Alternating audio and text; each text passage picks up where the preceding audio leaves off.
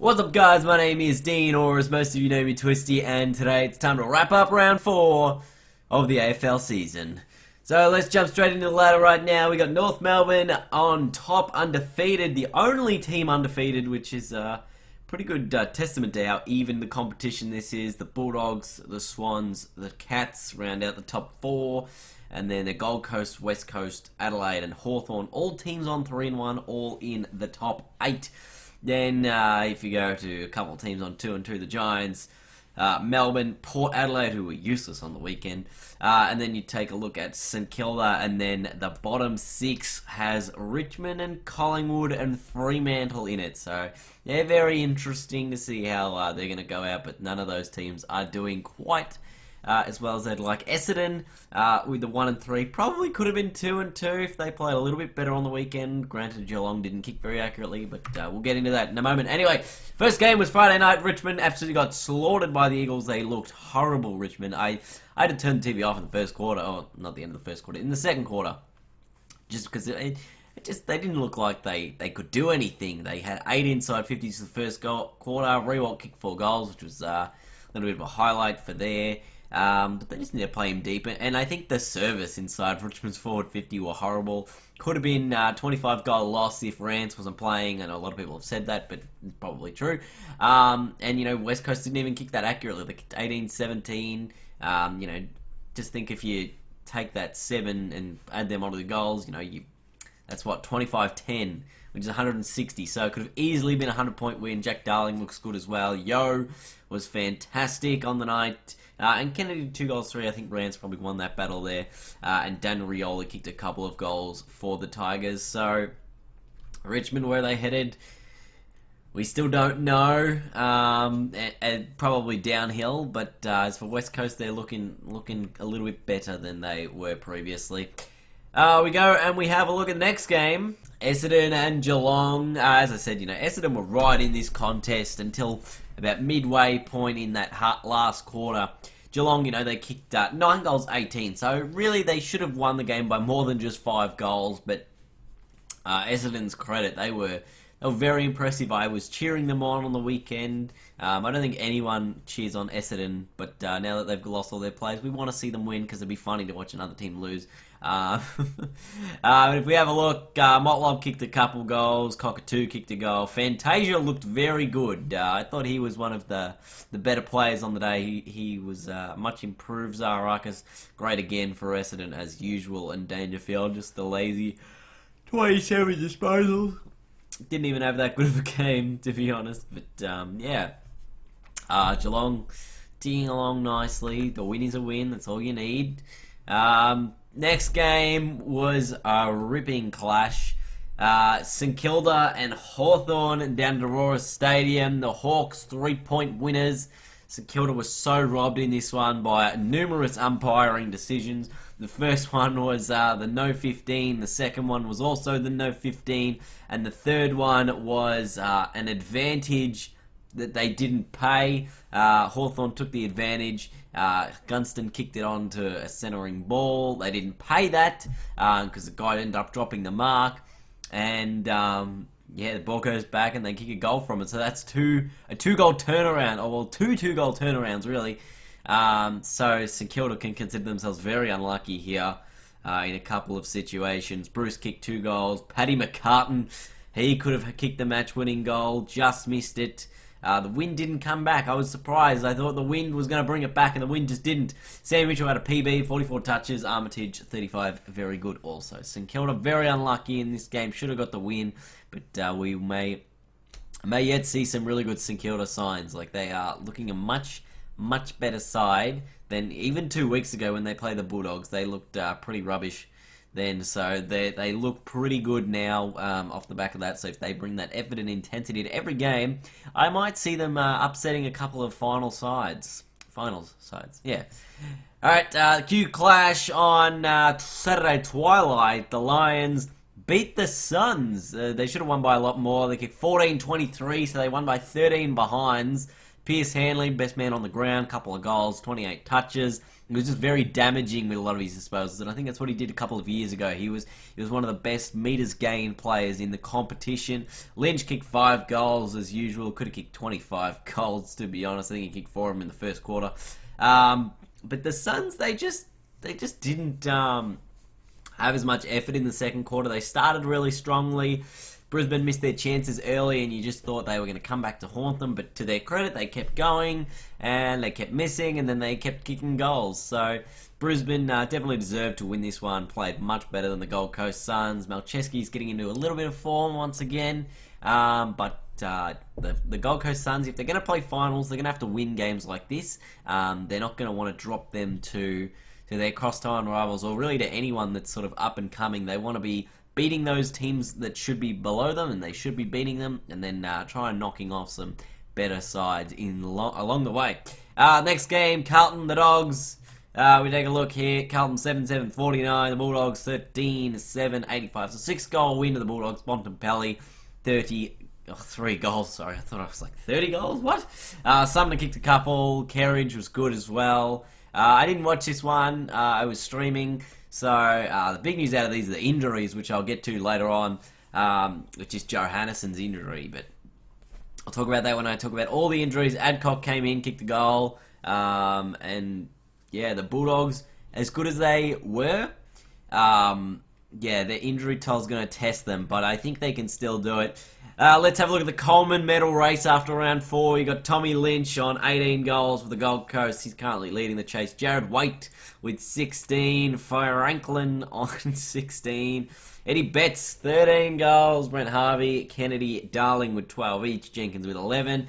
And then 10 goals to Martin, Lynch, Rewalt, and Fasolo. So, very interesting, hitting up at the top end there between Lynch, Waite, and Franklin. I think Waite could kick 60-plus goals this season. He's a very good player this season. I think he's kicked 60 goals in his time at North Melbourne in 23 games or 26 games or something. He's just been an incredible pickup for them. But let's move on to the match of the round. Adelaide, Sydney. I was streaming when I was watching this. I was streaming and I had it on like a little tablet, and then I got everyone to watch it with me at the end. So that was kind of exciting. 16-17, 113. The 10-point winners were the Crows. Eddie Betts kicked 4. That Swans. Heaney looked great, kicked 4 goals. Buddy kicked 4. Hanbury had 38 disposals. Luke Parker's just a genius anyway, 26. But, gee, this was such a good game of football. I mean, I know I wasn't paying attention 100% of the time to it, but every time I turned my head, something like just crazy would happen, a lot of pressure. You know, every time Adelaide kicked away, Sydney kicked in front, and then every time Sydney kicked in front, Adelaide would kick back. It was just such a high-stakes game, back and forth, back and forth. And even till the end, it took till 30 seconds to go till Eddie Betts kicked that sealer. So, very good stuff there by the Crows and the Swans. Such a great game. This is why you love football. You want to see two high-end sides battling it out, and they could be very much facing each other in the finals later this season. So I think that'll be a very, very good clash. So I want to see more of that. The next game was on Sunday. We got the Giants and the Power. The Giants, you guys told me Port Adelaide would win this game. How wrong you were. The Giants, 22-19, 151. Big winners over Port, 9-11, 65. Just huge win. What is it, 90? Oh, it's not 90 points. It's 86 points. But that's big. I mean, you had Wingard and Wines come back in. You thought Port Adelaide were going to do much better. Wines had 25. Wingard kicked a couple of goals. But the service going into that 50 was atrocious. Like, I wouldn't want to be a forward down there. They were really bad, kicking it in. And Canelio, 34. Shield was good again with 31. Callan Ward's one of the best players, I think, for the Giants. He's really important, as well as Mumford. Rory Lobb popped up, kicked 4 goals. Stevie J kicked a couple in the first quarter. They just looked on from the get-go, the Giants. And I think this is where a lot of sides will underestimate them, is that they've still got Jeremy Cameron to come back in next week. Whether or not he actually plays, I'm assuming he's going to come straight back into the side. But if their forward line gets up and running, you've got guys like Lobb, you've got guys like Stevie J. Reece Palmer plays as a half-forward midfielder at times, so he's more in the forward line. You got Devon Smith in that forward line. You've got Jonathan Patton in that forward line. They are a very, very dangerous and versatile side. So they can score quickly and they can score very heavily against sides. And I think that is what may propel them into the finals this season. I hope they get there. And then the Sunday afternoon game, Collingwood, Melbourne. Gee, this was it was a good contest until the last quarter. Collingwood were sort of behind by about 3 or 4 goals the whole game. The first quarter pretty much just set up the win for Melbourne. I don't think they lost too many points back after that first stage. Same amount of scoring shots. Collingwood just didn't kick accurately. Bad kicking, bad football, is the saying goes. Jack Watts kicked 4 goals. Viney is a superstar right now. He's going to be even better in the future. He's such an exciting player to watch. And Melbourne, they just keep ticking along as well. I think they're 2-2 right now on the ladder. So, they're pushing sides that you think they wouldn't be able to push, and so they could definitely take that next step. Not sure about this year, but definitely next year. I think Melbourne's going to be a much better side. But everyone in the competition just keeps improving every year, and that's what makes it so exciting. Clode kicked 2 goals straight.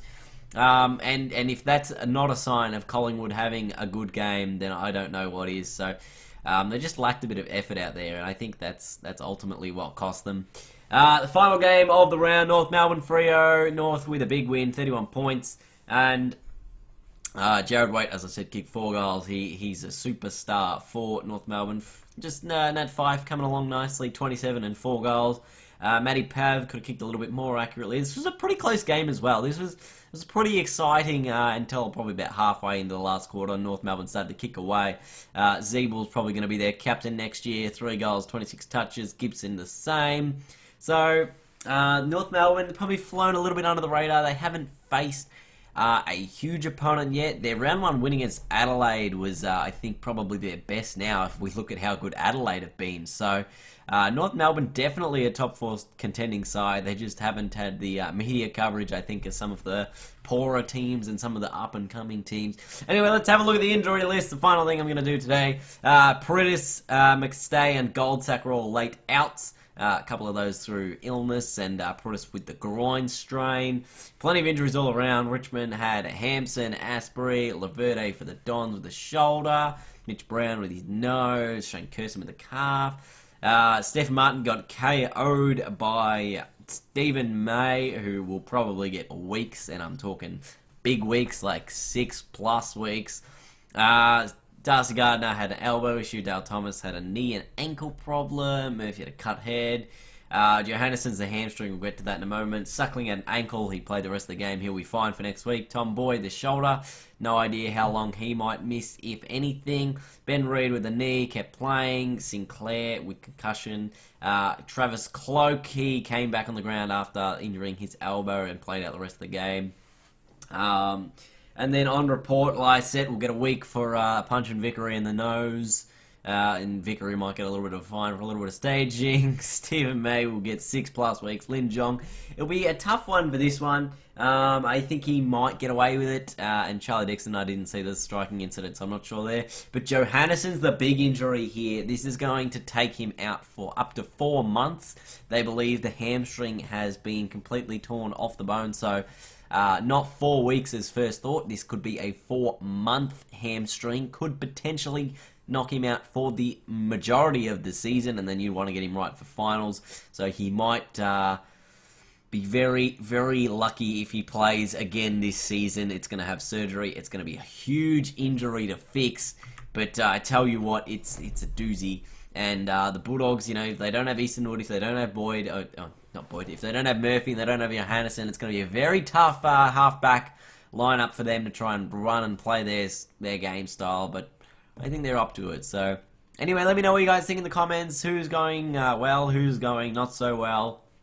North Melbourne on top of the ladder outright. That's the first time since 98, I think, and they made the grand final, and they played Adelaide in the grand final. That might happen this year, so you never know.